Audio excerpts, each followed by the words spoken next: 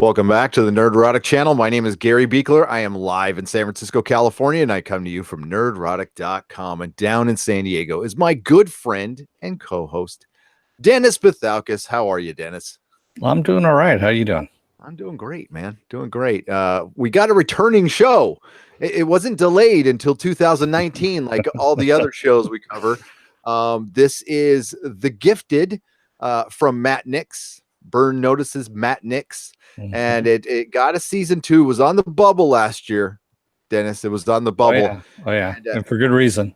Yeah, and well, it was a hit and miss. I would say it was like a 7 out of 10 show. Like it's not, it's better than your average CW show, but it's not. It's flawed, and hopefully they improve it. And it seems to me, anyway, the first episode was an improvement. I'll call it an improvement. There's still things we got to work out, but we got some powers. We got to see. Well, before I even get any farther, we should probably break out the spoiler paddles. Exactly. So, spoiler alert: if you haven't watched the episode, we're going to spoil the shit out of it. Go and watch the episode, and you come back and watch us. Or if you just prefer to watch us and not really bother with the episode, and I don't blame you, you can come back and do that as well. However you want to do it. And I just want to say thank you to Viking Bitch again for these. Thank you, Viking Bitch. All right. So I guess we have a difference of opinion on this one. That's fine. It hasn't really changed from last season. This hasn't shown me any kind of growth in this season starting so far. I want to like this show. I keep telling you this. I mean, it's X-Men for crying out loud. But they're not giving me much to go on, man. They really aren't. And at least I have to admit I wasn't as pissed off about Reid this time around as I have been in last season. But Dennis does not like Stephen Moyer, and we all have those actors we don't like. I don't like James Spader. I cannot stand James Spader in absolutely anything, but that's fine. I like this episode. I thought it was pretty good. Now, my expectations are tempered when we get to network TV. It's just not as good as other stuff. This is nowhere near like a Netflix or an HBO show or a Netflix show, and I know that. This was HBO. How Andy? It was. Oh, if this was HBO show. If this was HBO show. An HBO show. Gotcha. Andy and Lauren would have had interesting dreams. They would have been making out. Thank you, Dakota Stanton, as I struggled through that. Thank you, Dakota. How's it going? Thank you for the super chat. I know they would have been making out. We also had one really early on before we even started for Movie Fanobi for $2.99. Gary and Dennis, consider yourselves gifted. Picking up what you're putting down, Movie Fanobi. All right. So, So last season, the team had split up. The team that stayed stationary, they were on the run, but stationary in a building the whole time. So I'm liking the fact that they're not stationary in a building and they're actually on the run. They had split up into two parties, which are basically the X-Men party and the Magneto party. Polaris took off with Andy von Strucker, but I'm going to call him von Strucker, and the rest of the Hellfire Club, the Cuckoos, and the Cuckoos, the Cuckers, the Cucks, whatever. No, the Cuck Makers. I don't know. the Cuckoos, who were my favorite thing last season, and so they're all going to be bad, and Polaris, of course, is pregnant, and then Eclipse and Thunderbird and Blink and the rest of the Von Strucker family stayed on the side of good, the side of light. And so we have a new character that's been introduced. Reva Page is her name. Yes. And she's talking to the Hellfire Club, William, who we met at the end of last season, who is the head of the Hellfire Club. And she's talking about needing a mutant homeland, and he patronizingly claps and says, we've talked about the mutant homeland before. It's not going to happen.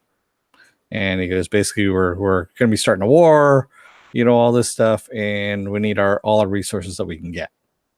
And she doesn't agree with this and opens up her mouth, does a siren scream, which kind of incapacitates people as the Cuckoos walk around and just shoot everybody in the Hellfire Club and take it over. They take over the inner circle. Just like that. Just like that, the inner circle is, gone. Just gone. And she is large and in charge, and she's making her way for a Polaris. And that, of course, they've got a level 5 mutant, a pregnant one at that. looks like she swallowed a basketball. Sometimes when sometimes the skinny girls they get pregnant and they just don't gain the proportional weight, and it looks like they swallowed a basketball. Yeah, it looks like there's just a ball just stuffed underneath there, and which in this case there was. So she had a big the faux pregnant pouch. So, and she's with Andy, who's got a very nice blonde hair now. So wiped everybody out. Was he wearing a Michael Jackson like jacket, like maybe one of the black Beat It jackets or something like that? Well, the 80s are back, so I forgot what the name of those jackets were. The ones with the little I'll remember with the pads on the you know what I'm talking about. They we get to see the Sentinel Services going into Washington DC. We find out we're in Washington DC at this point. Sentinel Services goes into an apartment complex, kills some people, and starts basically doing a mutant sweep.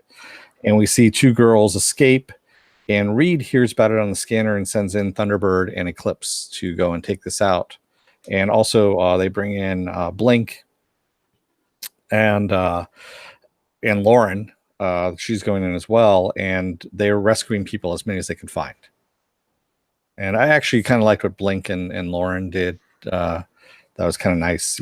They had a nice little scene there where we actually got to see Blink use her powers again, which I missed a lot. To help them escape, she uses her powers, and then Lauren uses her bubble wrap powers to hold the door closed. And they got them through. And of course, Blink is played by Jamie Chung, San Francisco's own Jamie Chung, who went to school with our old co-host John Reid at SOTA. SOTA. It's School of I don't know what the D stands for. Arts. Design. School of Arts. I don't know. Design and art. Design and Arts. Yes, that's right. And Logan is heading there for high school. So nice. Yes. Going to be a very little cool art boy there. So yes, we love Jamie Chung, and she does a good job as Blink. She's pretty good. Oh, thank you, Richard Jones, for the $2. Andy's mom was annoying this episode. Yeah, you know what? Contradictory. So the first season she was really good, and I have to admit this season. Well, we'll get into it here in a little bit, and I'll say the reason why she was getting a little bit annoying, though. And there's a reason for it. And normally we love Amy Acker. Okay, Winifred Burkle, come on. So we'll give her this one. But that's the problem with network TV is there's mild annoyances through, and they feel like they got to throw that stuff in for demographics. And we'll talk about that after. Yeah. So we see Kate helping out.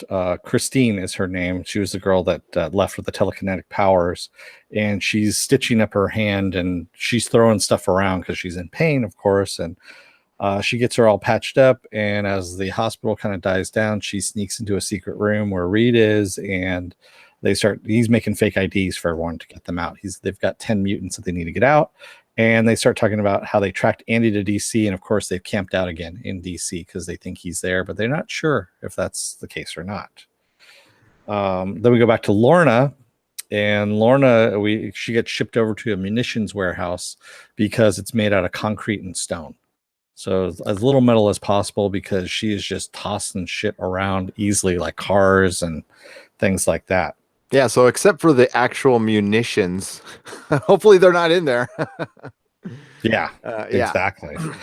And this is just so she can give birth because we just see her getting more and more wild as she's going through contractions and things like that.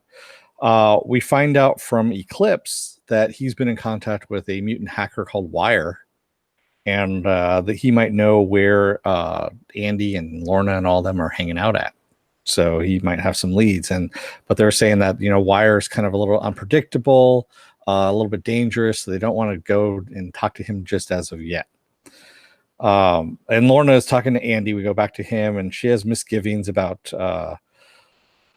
Riva and what's going on. And she's like, I have a bad feeling about this. And she goes, if something goes down, she goes, I want you to protect the baby, basically, is what she tells him. He's like, yeah, I'll do that. And we see, Andy's all, kind of chummy with her, and he's just hanging around her the entire time. He won't leave her side, essentially. Then we have Sage and the Cuckoos. They go into a chemical plant, and we don't know why. We haven't been told about what the reason for this is yet. And they take over this company that has some chemicals in it. It's obviously part of some bigger plan that we haven't been made aware of as of yet. So we've got that going on. They were kind of nice. They didn't kill the guy. That was kind of, they just offered him a bunch of money, which was weird because they could just make him do it, right? So why didn't they just do that? Why did they go soft on this one? Yeah, I don't know. It was kind of weird. That's where I was thinking, like, maybe they're only allowed to kill a certain amount of people on network TV. at a probably surprise, like at the 8 o'clock time slot, there can only be 10 deaths. Okay, I think there is actually. I believe there is. I'm sure there is. Some market research found that the average atomic family can only deal with 10 deaths at the 8 o'clock time slot. I don't know. Goddamn weird world we live in. Tell me about it. They could have just killed them off screen. When easy, you're dead. Yeah, but it was nice of them to do that. Offer him some money, give him a little retirement there, as he sold out all his friends and his country. But yeah, carry on. So we have Blink and Thunderbird. They're trying to calm Christina down, saying they're going to go and find her sister Jasmine. They're going to track her, even though the trail's been cold for about a day, but he can probably do this. And so they're calming her down, and of course, flirting at the same time. We know they're a couple at this point as well. Yes, and it's a good thing Thunderbird's not a stalker type of guy. He'd be really hard to get rid of. I see what you did there. You like that? Yeah. Go in the corner now. Nobody puts the beard in the corner, man. We had the Von Struckers then discussing Lauren and maybe her getting a job, as Reid says, to be with kids of her own age. And Kate's like, "What the hell are you talking about, man? We're on the fucking run." She Is she gonna go work on hot dog on a stick or something? And I know. Save mutants? And we see her leave, and then she's walking down some alley and walks up some stairs and sees Andy standing in a parking garage at the top there. And he grabs under her hand, and we see him, blonde with the the leather jacket and everything. And he grabs under her hand and won't let go. And they keep ramping up their powers. And she's like, let go. And he's like, no, this is what you need to let go, is what he says. You need to accept it. And then she wakes up screaming. It's a bad dream. But she's seen Andy with blonde hair. So obviously she knows what he looks like now and that he's in the city. They're very connected. Yes. Not quite in a Game of Thrones type of way, but no, not that way, thankfully. Not at all. PTSD, possibly? Possibly. Waking up from the nightmare? PTSD? Anyone? And they need to talk about it. So yes. Of course, she talks about it with her parents. And she says, I think he's here, but the memory's fading now. Nope, it's gone now. Sorry, it's gone. That's pretty much how it went. Yeah. So again, Lorna is worried about the birth not going well, and makes Andy promise to protect the baby. And Andy's like, sure, got this. Good. And we get Blink in disguise. She actually has some contact lenses in, which we find out that when she's in disguise, she can't use her powers. How convenient. It just pissed me off. I'm not gonna argue with you on that one. And for one, it's like Jamie Chung's like, can I go a little while with just not putting in those things look painful. I mean, to wear all the time. So yeah. Okay.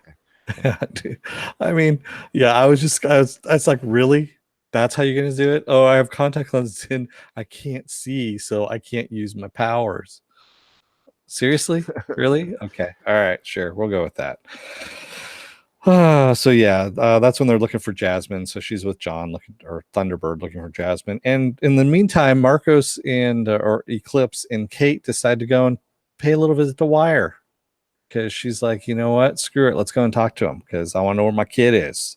And that's the reason why she's a little bit on the stupid side right now, because she wants to know where her kid is. We find out it's been 6 months since this has been going on, since last season. So half a year. She really wants to know where the hell her kid is, and she has a feeling that he's there in DC, especially with Lauren, having seen him blonde in a dream, all this kind of stuff. Yep. She's making a play for it at this point. Now, not to blame the show, okay, because the Gifted is only doing what every other Hollywood thing would ever do with the hacker. So if it's a female, she's like got the Hot Topic look, kind of a shaved side head, drinking an energy drink, chewing on something, vaping or something. And then if it's a dude, it's going to be silly shirt, Hawaiian shirt with a hat, possibly pork pie hat. Yeah. Yep. And guess what? It was option B for the hacker. We doing can never just drugs have a too. hacker who looks like a normal person. It's always got to be some guy, he's a little drugged out, and that's fine. Okay. And yes, drugged out people kind of wear that's fine. But you know what I mean? It was just Yeah. And flip the he's script on upset. that. He's upset that Marcos had brought in Kate uninvited.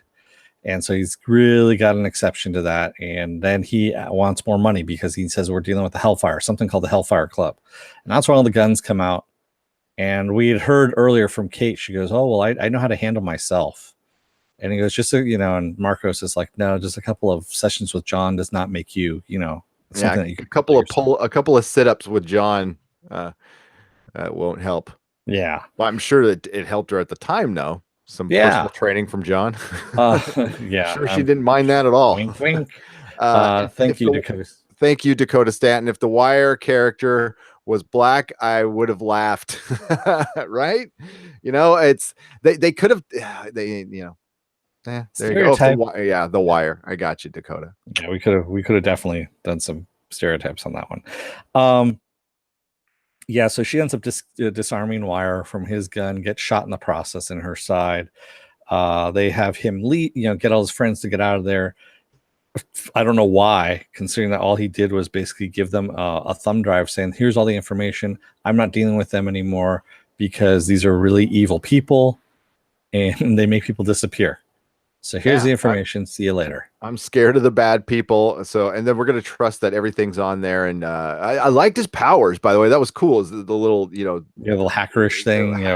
Fingers. So his powers, he can get into the computer. So you see like little, I think, was that ones and zeros or just, I don't know, little circuits or something. It looked like fiber optics almost in a way. Yeah, that's what it looked like. Yeah, it was really cool. I like that. Yeah. That's a good power.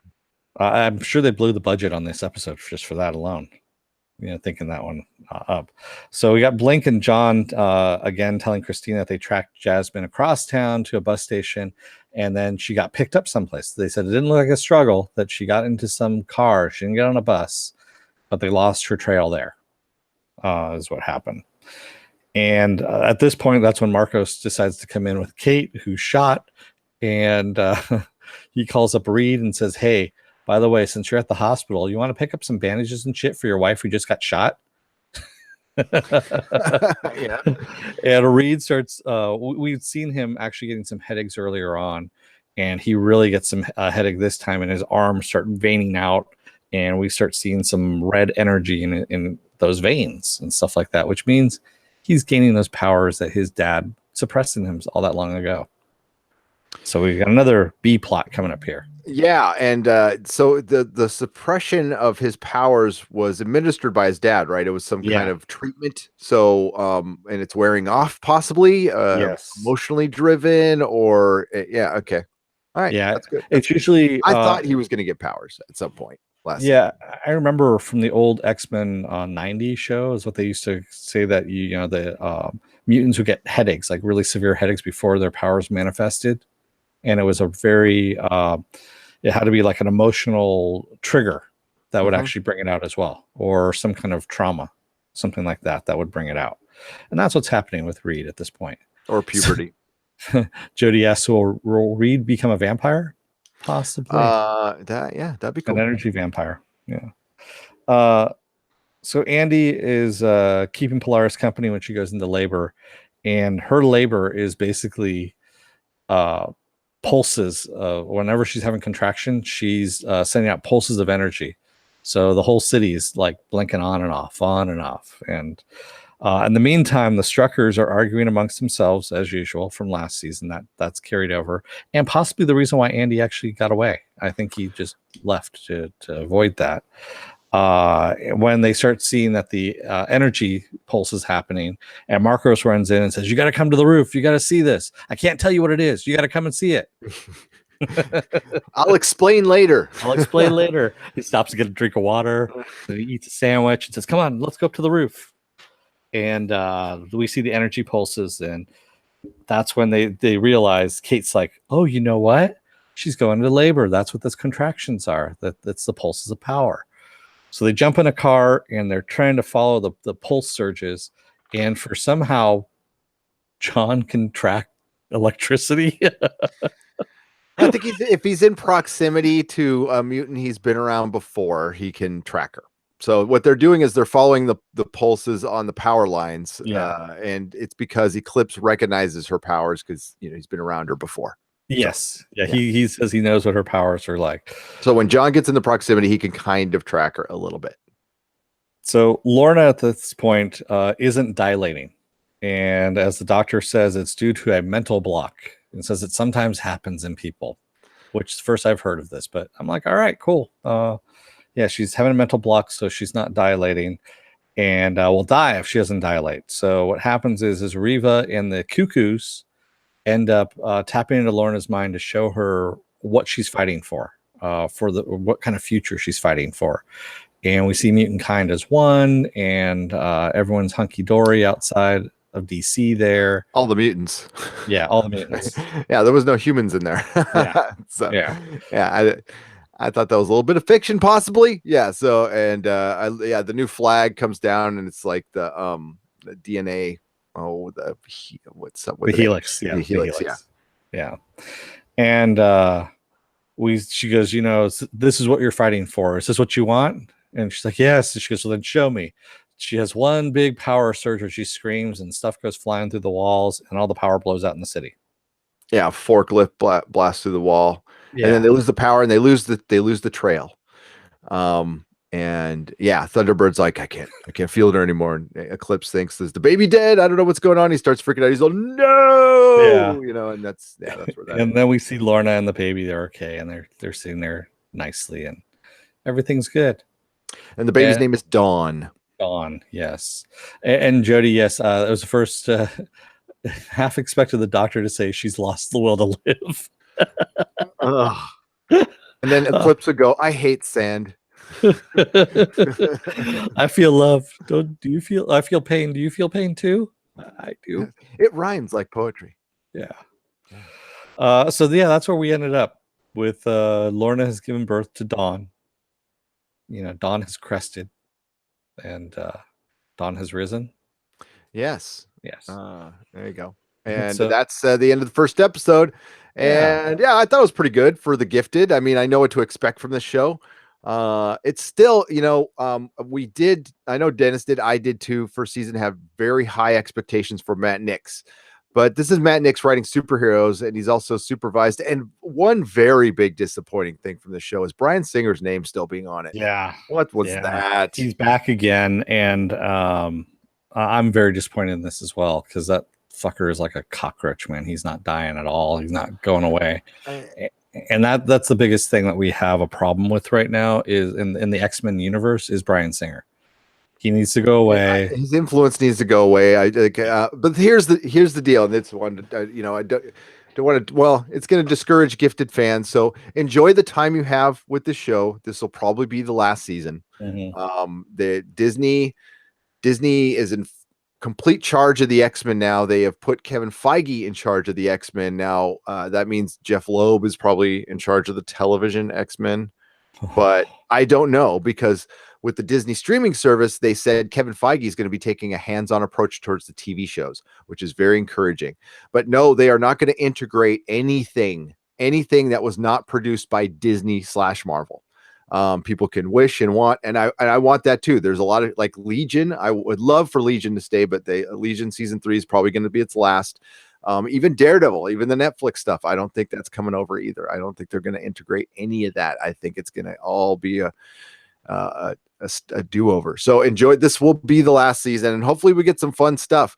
Kind of like the whole connection between the Strucker twins. I was kind of hoping that would be some like Professor X influence, like he's influencing things from afar. I know he's not. They're not going to have any of the X-Men. No. They named every episode last year like Extreme, and or they would like Escape instead of using Escape, and they'd use a capital X. They're using M this year. Yeah. So eMergence was which was, I don't know. And Philip A. Demick says here, Bob Iger forced him to release the Gifted in the Dark Phoenix because he wants the fake X-Men gone by the end of the year. Yes, that's the deal. And I don't know if the New Mutants is even going to come out at all. or if it does, it'll be like buried on the streaming service probably. Yeah. So that's going to be the deal with that. So yeah, this is kind of a dead man walking show, but we're gonna cover it. I'm gonna continue to cover it. I don't know if Dennis will, but well, yeah, I'll continue. I'll continue to cover. I like Matt Nix. I really do. I like X-Men, and like I said, I just want them to actually do something good on this. And I was telling Gary on our very, very long pre-production meeting, which is why we were late, was feeling a lot like Generation X, the old Matt Frewer Fox. I love Generation X when it came out. I thought it was awesome. I thought it was terrible, but I thought it was awesome. Jody, I'm not announcing that it's canceled. I'm just I'm saying use some common sense, put 2 and 2 together. Yeah. It's not that they're not. It's not coming back. Season. Yeah, not coming back. I mean, once the merger is done, and the merger is done, Kevin Feige is in charge. Yeah, and they're not coming back. That's my prediction right now. But I'm feeling pretty good. I put some serious money on that. If somebody wants to bet me or take some odds or anything, yeah. Sorry, there's a different question. Right there he goes. Nihilist Shadow. The writing is on the wall. Yeah. It is written in urine as well, because they mark their territory. Okay. Fan Addicts of Film says, I just became a patron today. Good to be here. Going to watch the episode first. Have a great night. Thank you. Thank you so much for signing up. We appreciate that. You will go on the video, and that's brilliant. Welcome. Welcome aboard. Such good news. Yeah. Nice. Mufinobi says, hey, Philip, Dark Phoenix is still pending as far as I heard, reshoots, but we won't know about actual release. Well, actually, if you go to Midnight's Edge, like a mega stream from earlier today, they talked about that a little bit, and I agree with Tom that the reshoots were to take out the Dark Phoenix elements. I think it's probably going to end up being called Phoenix, and because if I was Marvel, that's what I would do. I would say I want that story for us, and yeah, that's still. But as far as the Runaways is concerned, that's a Disney production. That's like a full. Yeah. It's on Hulu, but the Runaways is going to be around. So is Cloak and Dagger. That's a full on. Those are full on Disney productions, so those will stick around. Yeah, I know. Movie Fanomi says, "Oh shit, Gary has to edit the Patreon video again." I dug the mutant pregnancy. Okay, having been honored enough to witness a pregnancy in real life and maintain consciousness for most of it. It was a cesarean, so it was a lot of fun, but you know how that goes. Melissa was on a lot of good drugs. She was having a great time. So it was. I thought that was pretty cool. I thought that was fun. Mufinobi says, if someone dies off screen, does a bear shit on their grave in the woods? Yes. And then pees on it. Yes, to mark the territory. Yeah. Mako says, violence equals okay, boobs and vagina equals bad. But that's what you get when Puritans find your country. Yeah. Hashtag conspiracy. I mean, you could have been Australian. Yeah. Just kidding, Australian friends out there. Keep Daredevil and Legion. Mike Sider, I believe, yes, that would be my, definitely. I would love to, they'd be dumb to get rid of Daredevil, but I think they'll do it. They'd be dumb to do that, though, because Daredevil's awesome. It's perfect. It's so fucking perfect. And we get a new season in a few short weeks, folks, and we will be covering it. We will be doing 3 podcasts for that one, by the way. Mage Grey Wolf says, I don't know the expressions they get when they use their powers together. Kind of look wink, wink, nudge, nudge. He's talking about the Von You know what I mean? Nods as good as a wink to a blind bat, eh? Yeah, they look like they're having, how should we say, a really good time. Yeah. No Genosha. Yeah, that's a big. They want their own homeland, but they didn't drop the Genosha thing. Maybe that's where they're moving towards. I don't know. I doubt Marvel's going to let them do stuff like that. No, Marvel's not going to let them go. There's still a lot of fun stuff they can do, though. I mean, they can still work. I mean, we do have actual X-Men in the show, and good ones too. Thunderbirds. OG, one of the OG, and. Fucking Blink. I dig it. And Blink looks good. Like looks like Blink. With M being in the titles of every episode this season, there is an asteroid M that is out there as well. Oh, no, I think it's more for Mutant. It's for Yeah, Mutant. I honestly don't think it's going to happen because that's way beyond their budget. But that would be something that would be kind By of the cool. way, the other Blink from Days of Futures Past is missing. Yes. And they believe she is in a Chinese prison for tax evasion. Yep. So let's send her our best thoughts, and hopefully she gets out. Van Bingbing is her name. Yeah. Jody says, does Blink's powers work that way? She wears contact lenses. She can't use them. So why bother with power dampener collars? Just force her to wear contact lenses. Cheaper too. Well, yeah, I mean, she has to tell them that, but they do not work that way in the comics now. Or they could just remove her eyes. There you go. If you really want to be gross about it. Yeah. Or just kill her. Yeah. Philip A. Demick says, "Oh, you're gonna grill me with 20 questions about my dream mom? I just forgot it. It's fading."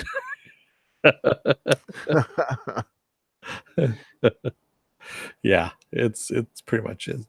Are razors toxic to super nerds? What Brad Noble says. Sometimes they are. Yeah.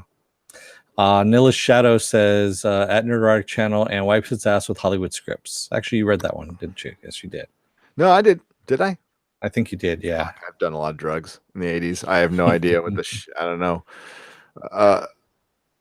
Cecil's a YouTuber, Mako. Cecil's a YouTuber. He's kind of like he's kind of like the Dom DeLuise of YouTubers. Mike Slater says, haven't seen an episode. Is this show worth binging before the mouse kills it?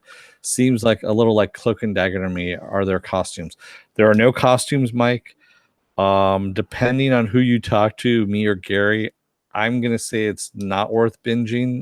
There are other shows out there. There's a lot of shows out there right now. I would say go and binge Legion if you haven't seen it. Yeah, I mean, definitely say Legion first. Yeah. Yeah, it's right there between, like, it's better than Cloak and Dagger.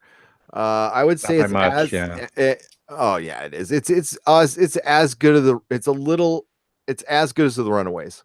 I will say. It's about even with the Runaways. It's like a 7 out of 10 show, but there's a lot of stuff to get through to get to some of the fights, but it grinds to a halt sometimes too. Yeah, I like Runaways a lot better. Season 1 reminded me. I think I like Runaways a little better too, but not much, not by much.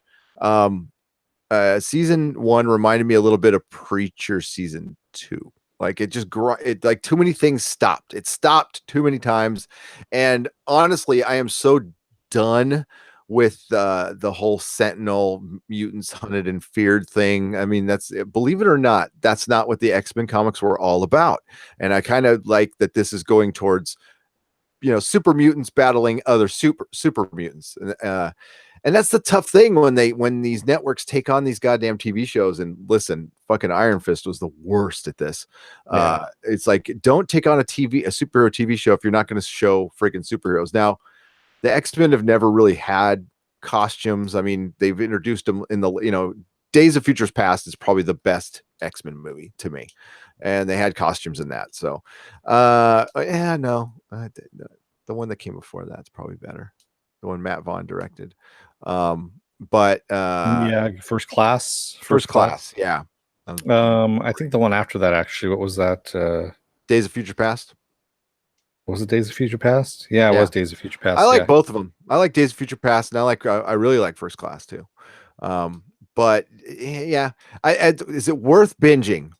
It depends on you. If you like the Runaways, yeah. But I agree with Dennis. There's a bunch of other stuff that you should binge first. But if you're a huge X-Men fan, yes. And then you can fast forward through it too. Philip A. Demick says, Red Energy, does this mean the Gifted is going to tie in with Star Trek Dysentery? Dysentery. I saw that Star Trek. I thought it said Star Trek Dynasty, and I'm like, ooh, a Star Trek soap opera. Star Trek Dynasty. Yeah.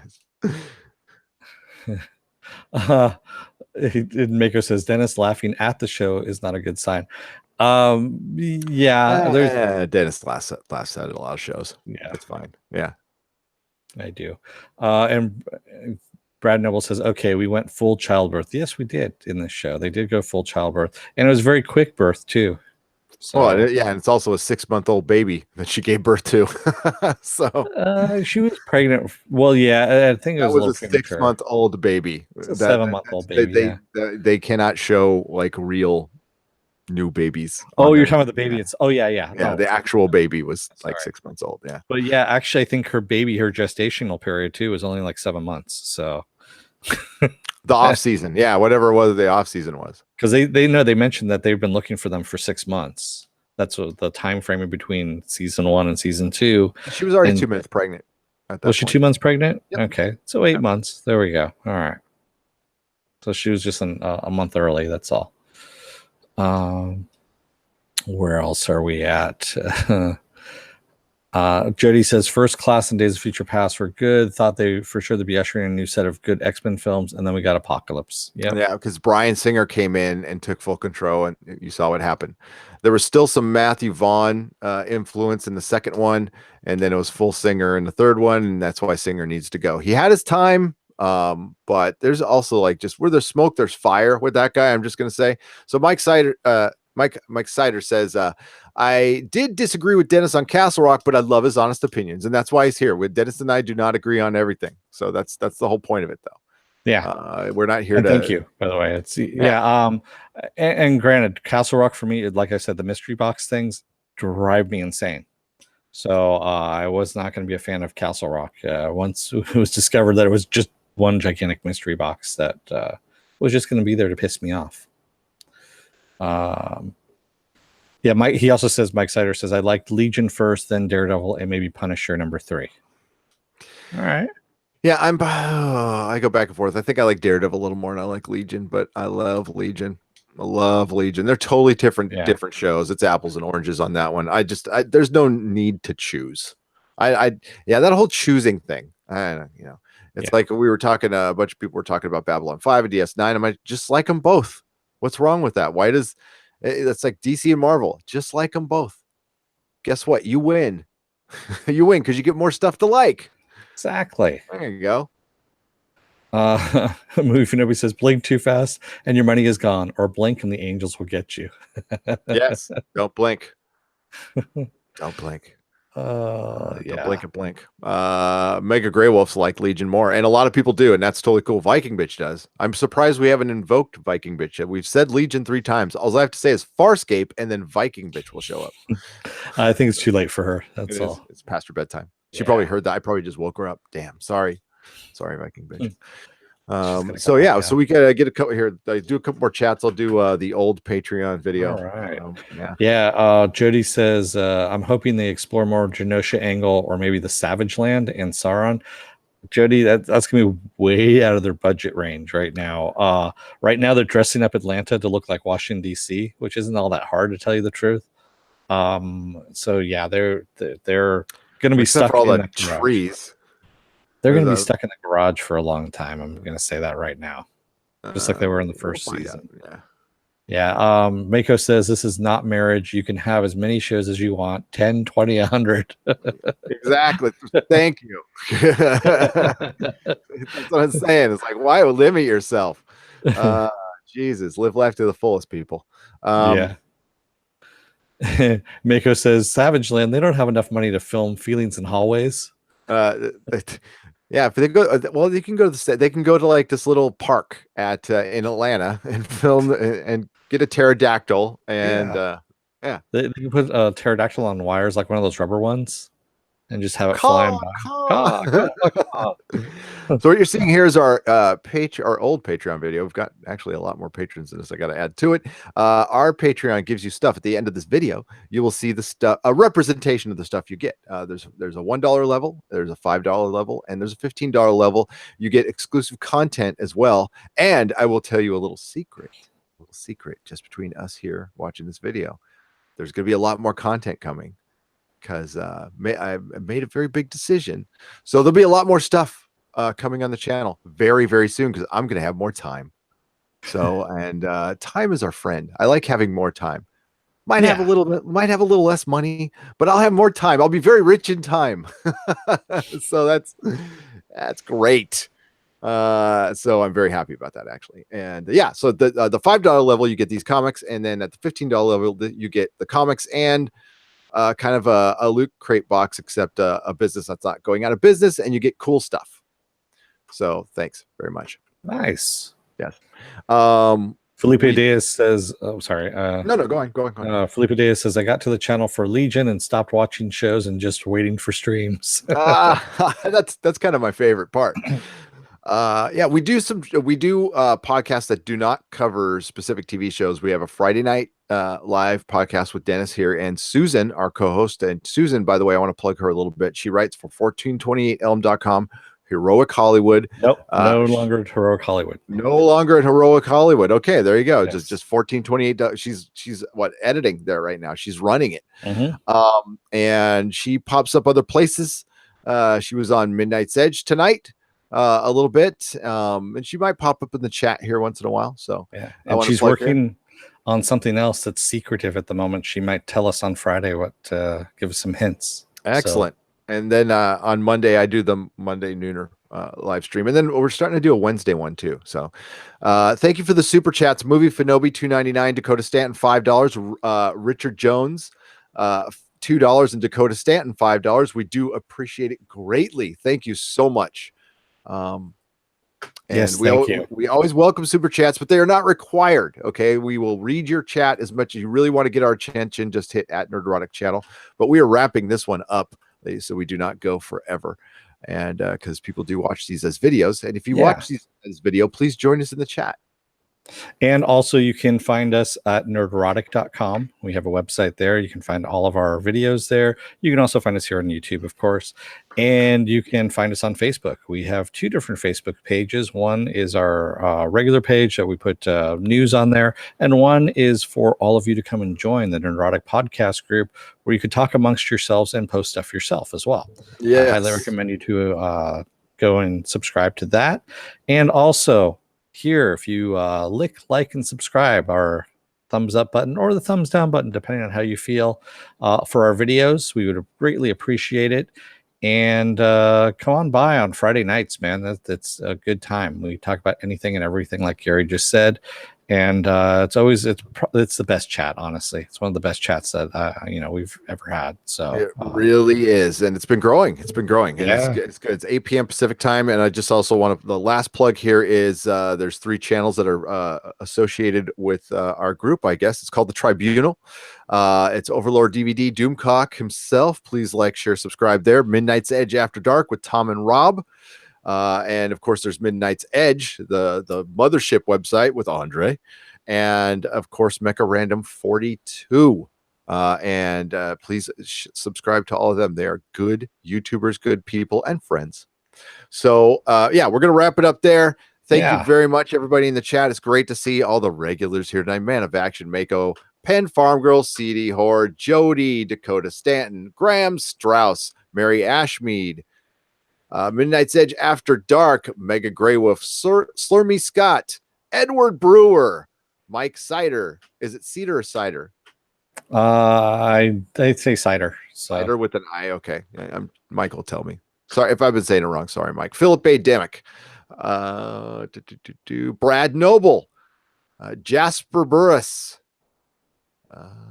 Cedar is what he said. Cedar. Thank you.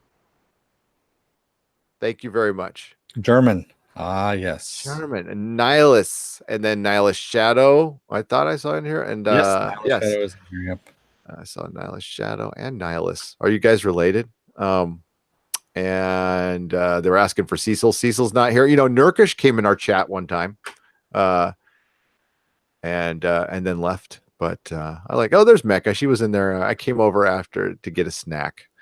I don't know if she was still up there. So Mecha Random 42 is in there, and that's as high as I can go. So thank you all for joining us. Dennis, take us out.